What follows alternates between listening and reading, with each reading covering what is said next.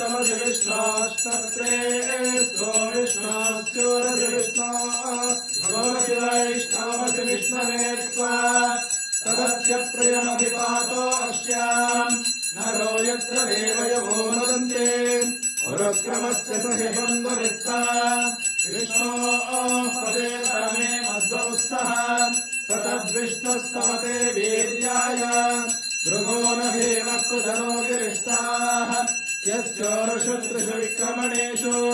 अधिक्षीयन्ति भुवनानि विश्वान् अरोमात्रया तनुवा मृदाना मते महित्वमन्वष्णुमन्ते उमेते विद्मनसे पृथिव्यात् देवत्वम् परमस्य वित्ते विचक्रमे प्रवेमेष एतान् क्षेत्राय विष्णुर्मनुषेदशस्यन् ध्रुवासो अस्य कीरयोजनासः सुरक्षितिगम् सुजनिमाचकार